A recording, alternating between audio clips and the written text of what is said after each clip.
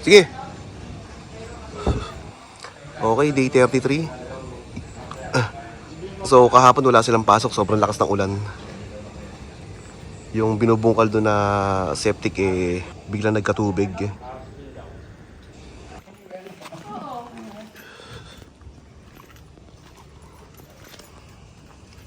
Merienda mode. Umorder kami ng 50 bags pa na semento.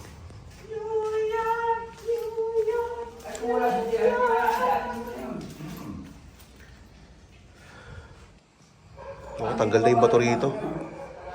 Ay, nabarag. Tapos yung isa inusog doon.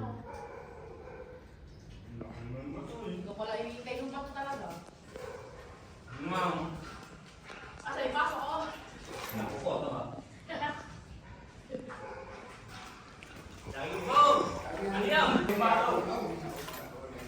Tinanggal na rin yung bakal dito. Yung naka-labas.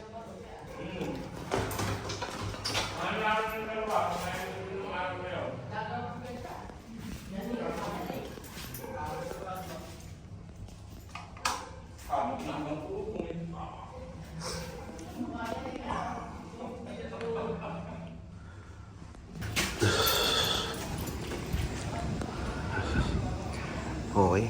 So may buhos na rin ata to.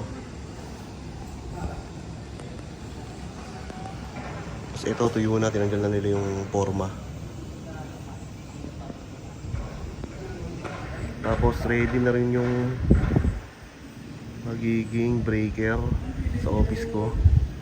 Bali dyan ko pinalagay.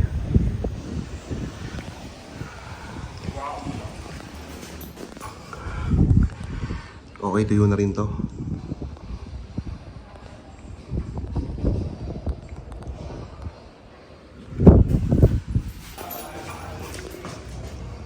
Ayan, yung simento, tuyo na rin doon. Yung column dito sa may CR. So, bali, ayun na lang ata ang walang forma, bubuhusan. Ito, meron na rin to. Saka to. So, isang column na nga lang ang bubuhusan.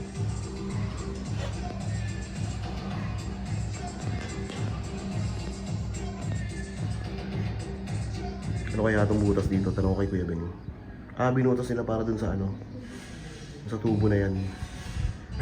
Ito kasi pasingawan sa exhaust sa CR saka sa storage room.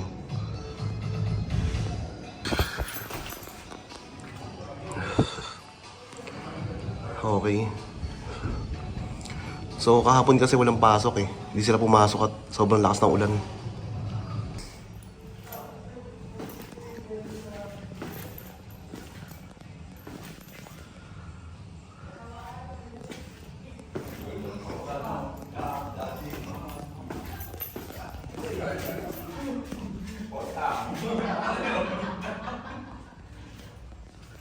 Pag may pera, gandang tao-tao papa. Pang-apat na order ata ito ng simento. Ayan, daddy. 50. Okay ah. Sige ah. Iiyaw doon na to.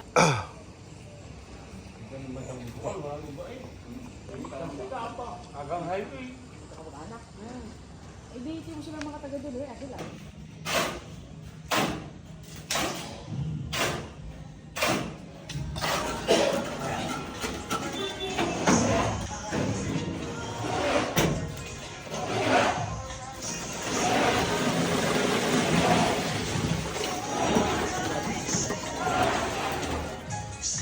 Nasa yung tubo niya na naka-extend may harang.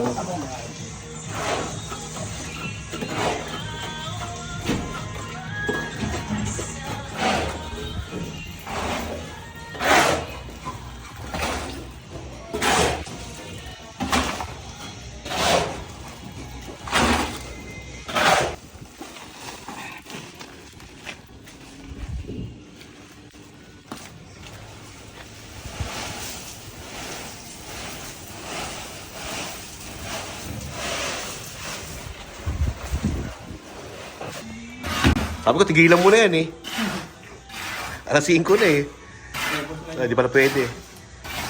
Pero tapos na.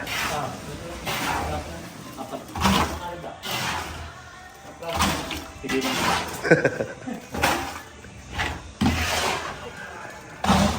Yan pa to.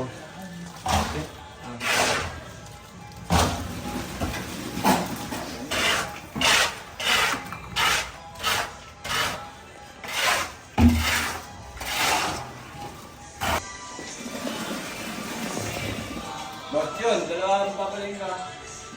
Ha? 2,000. 2,000? Pag-isipan ko. Oo, Okay. So, bukas papalitadahan yung sa may ano, sa taas. Tapos, sa baba, lalagyan na ng asinta dun sa may septic tank. Pero, kailangan mahakot muna itong mga tambak eh. Panambak na yan. Ito graba to eh. Ayun. Saka yun yung lupa. Okay, that's it for day 33.